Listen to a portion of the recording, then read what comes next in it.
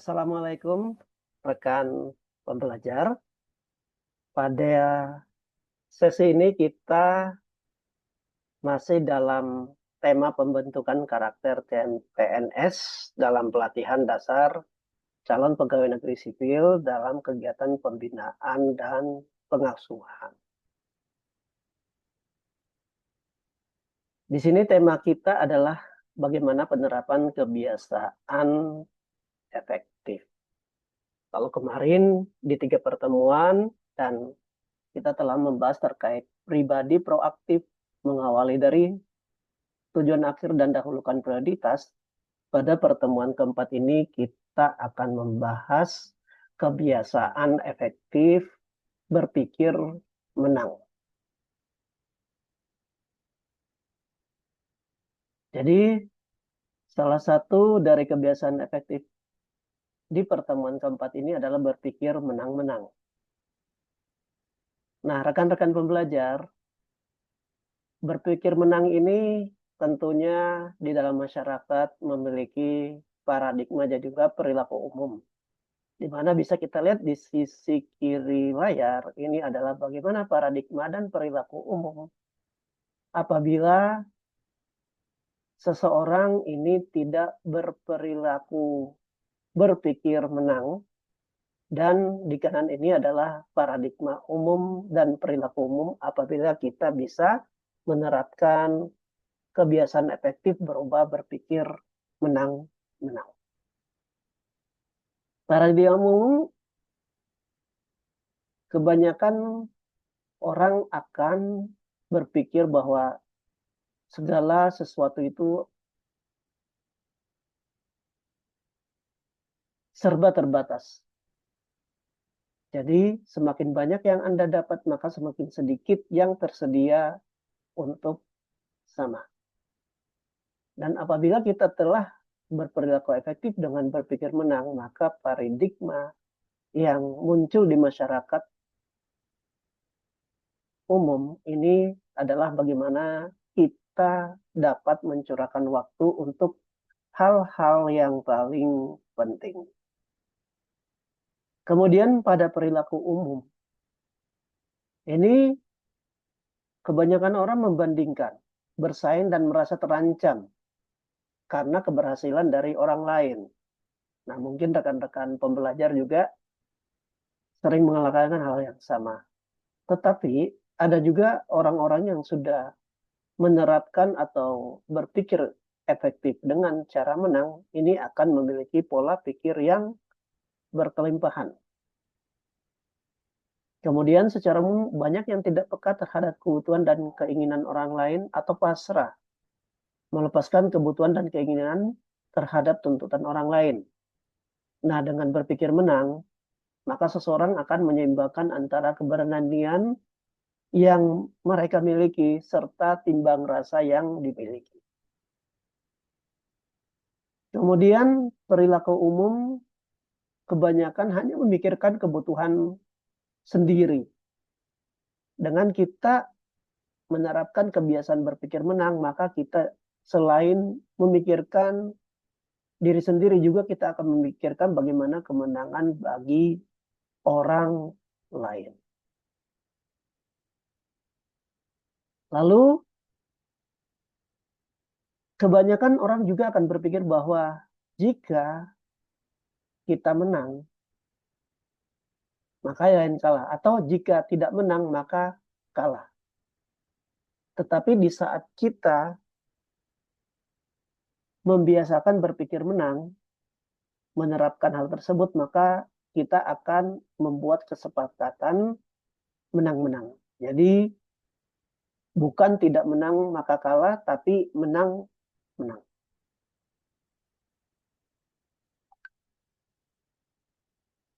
Nah, bisa kita lihat bagaimana pola pikir berkelimpahan di sisi kita ini adalah berpikir scarcity mentality, ya. Banyak hal, mungkin hanya uang untuk hidup gitu ya, salah satu contohnya, dan banyak hal lain lagi yang menyebabkan keterbatasan dalam pola pikir. Kemudian di kanan ini bagaimana kita memiliki pola pikir yang berkelimpahan atau abundance mentality.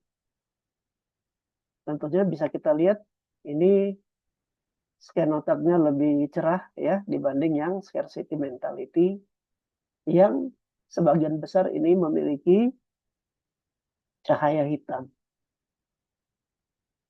Lalu dari Dear Media bisa kita lihat aspek-aspek dan juga bagaimana orang yang memiliki scarcity mindset dan juga abundance mindset. Dari aspek resource, ini scarcity ini memiliki limited ya,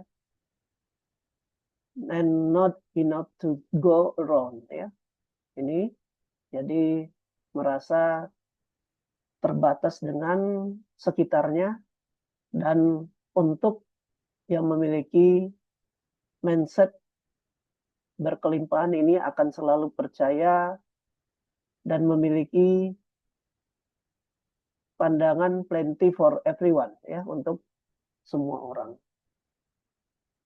Lalu dalam aspek emosional, scarcity ini akan selalu merasa worry ya, fear and comparison. Jadi penuh dengan ketakutan, kecemasan ya, dan membanding-bandingkan. Sedangkan jika memiliki pola pikir berkelimpahan ini akan gratitude dan selalu optimis ya. Jadi dia memiliki tingkat emosi yang tertata dan juga selalu berpikir optimis. Lalu secara behavior, maka orang yang scarcity ini akan selalu melihat atau memvalidasi ya, dan juga think to lack.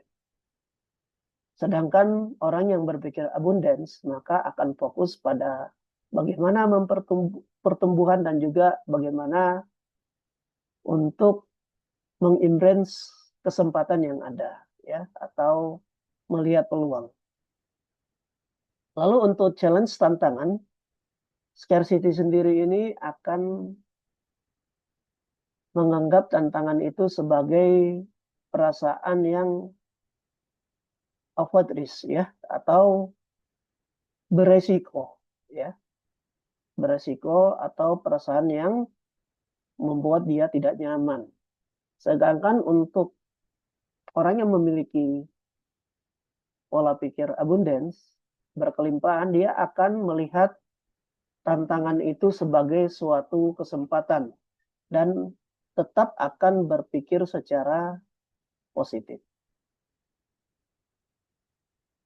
Lalu aspek pendekatan secara keseluruhan, biasanya orang yang memiliki pemikiran scarcity ini akan beroperasi atau melakukan suatu tindakan karena dari ketakutan dan juga keterbatasan yang pola pikir mereka.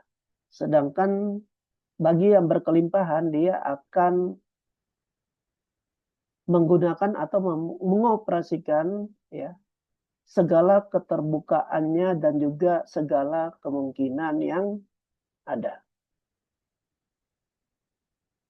Lalu bisa kita lihat dalam kuadran ini, di mana ke atas ini adalah timbang rasa dan yang kedua adalah sikap perilaku keberanian. Nah, timbang rasa dan keberanian ini tentunya akan optimal bisa ke perilaku kebiasaan menang-menang apabila dia memiliki tingkat timbang rasa yang tinggi serta keberanian yang tinggi.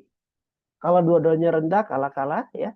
Kalau keberaniannya yang lebih tinggi daripada timbang rasanya, maka akan ada kala yang menang. Begitupun sebaliknya, apabila timbang rasanya lebih tinggi dan keberaniannya rendah, maka akan menang dan kalah.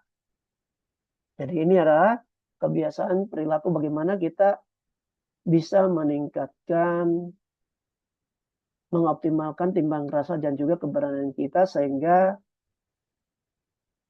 kita maupun orang lain ini akan menang. Lalu kita juga perlu tahu bahwa terdapat 6 paradigma interaksi manusia. Yang pertama itu menang kalah. Ya, di mana berpikir saya harus menang dan kamu harus kalah. Lalu kemudian tadi menang kalah ya, injaklah saya, semua orang juga begitu. Lalu kalah-kalah tadi ya, seperti di kuadran, jika saya kalah maka kamu juga harus kalah. Lalu ada paradigma menang, yang penting saya menang, saya tidak peduli kamu menang atau kalah ya.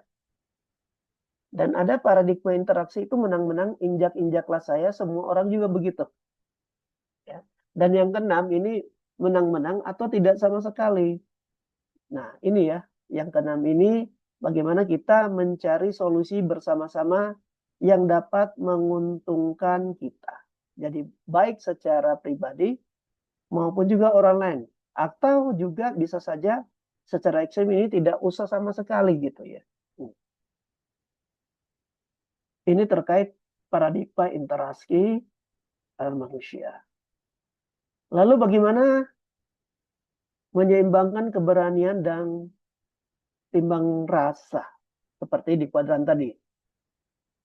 Nah, apabila kita memiliki keberanian tinggi, itu saat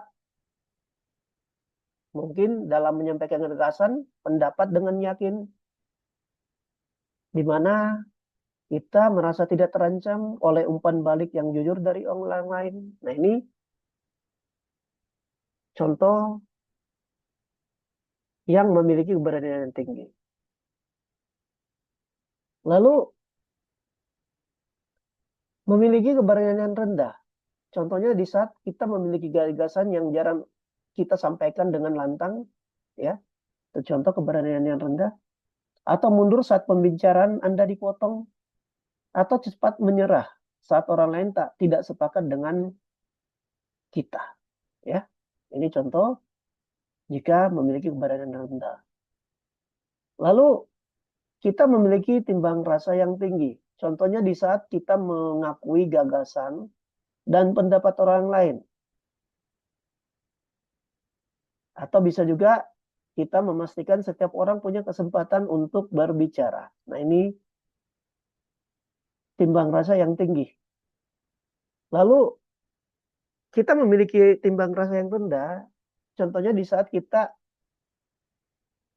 memotong pembicaraan orang lain.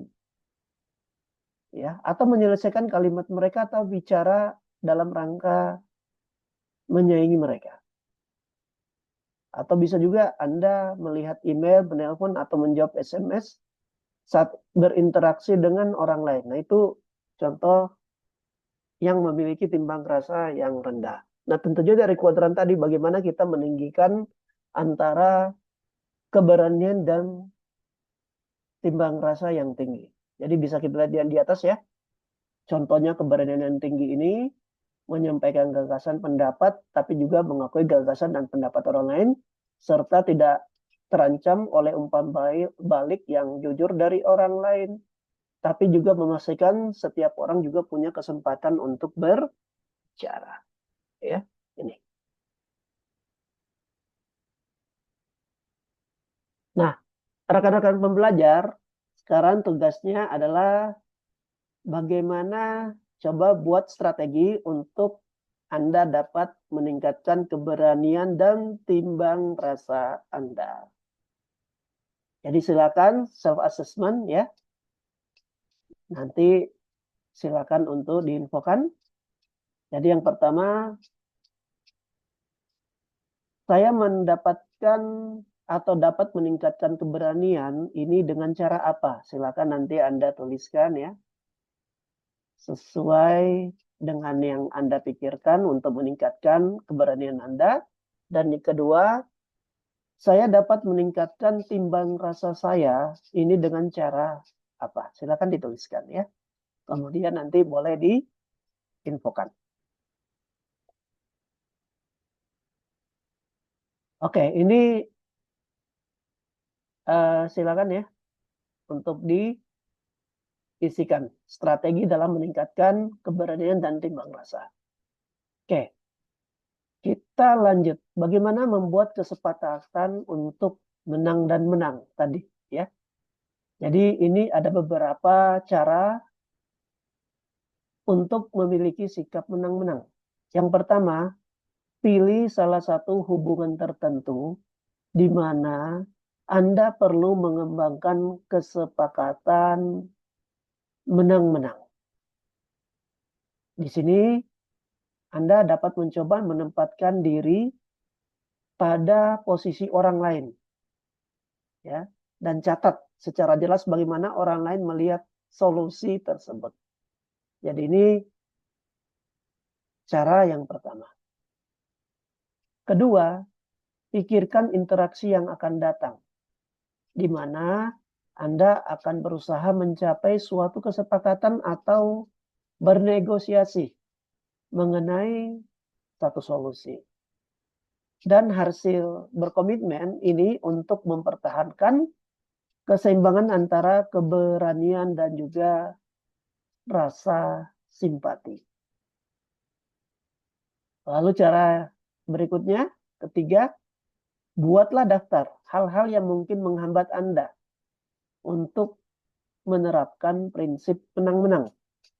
Tentukan apa yang perlu dilakukan untuk menghilangkan hambatan tersebut. Silakan rekan-rekan pembelajar bisa untuk mencoba.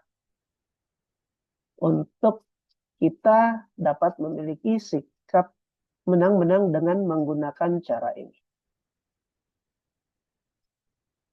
Oke, lalu kemudian coba kita membuat ya, ini silakan dengan memikirkan kemenangan orang lain selain kemenangan diri sendiri. Nah, silakan Anda coba buat atau pikirkan dan tuliskan situasi seperti apa, ya. Mungkin Anda pernah experience, merasakan, mengalami, ya, dan situasinya seperti apa untuk hal ini.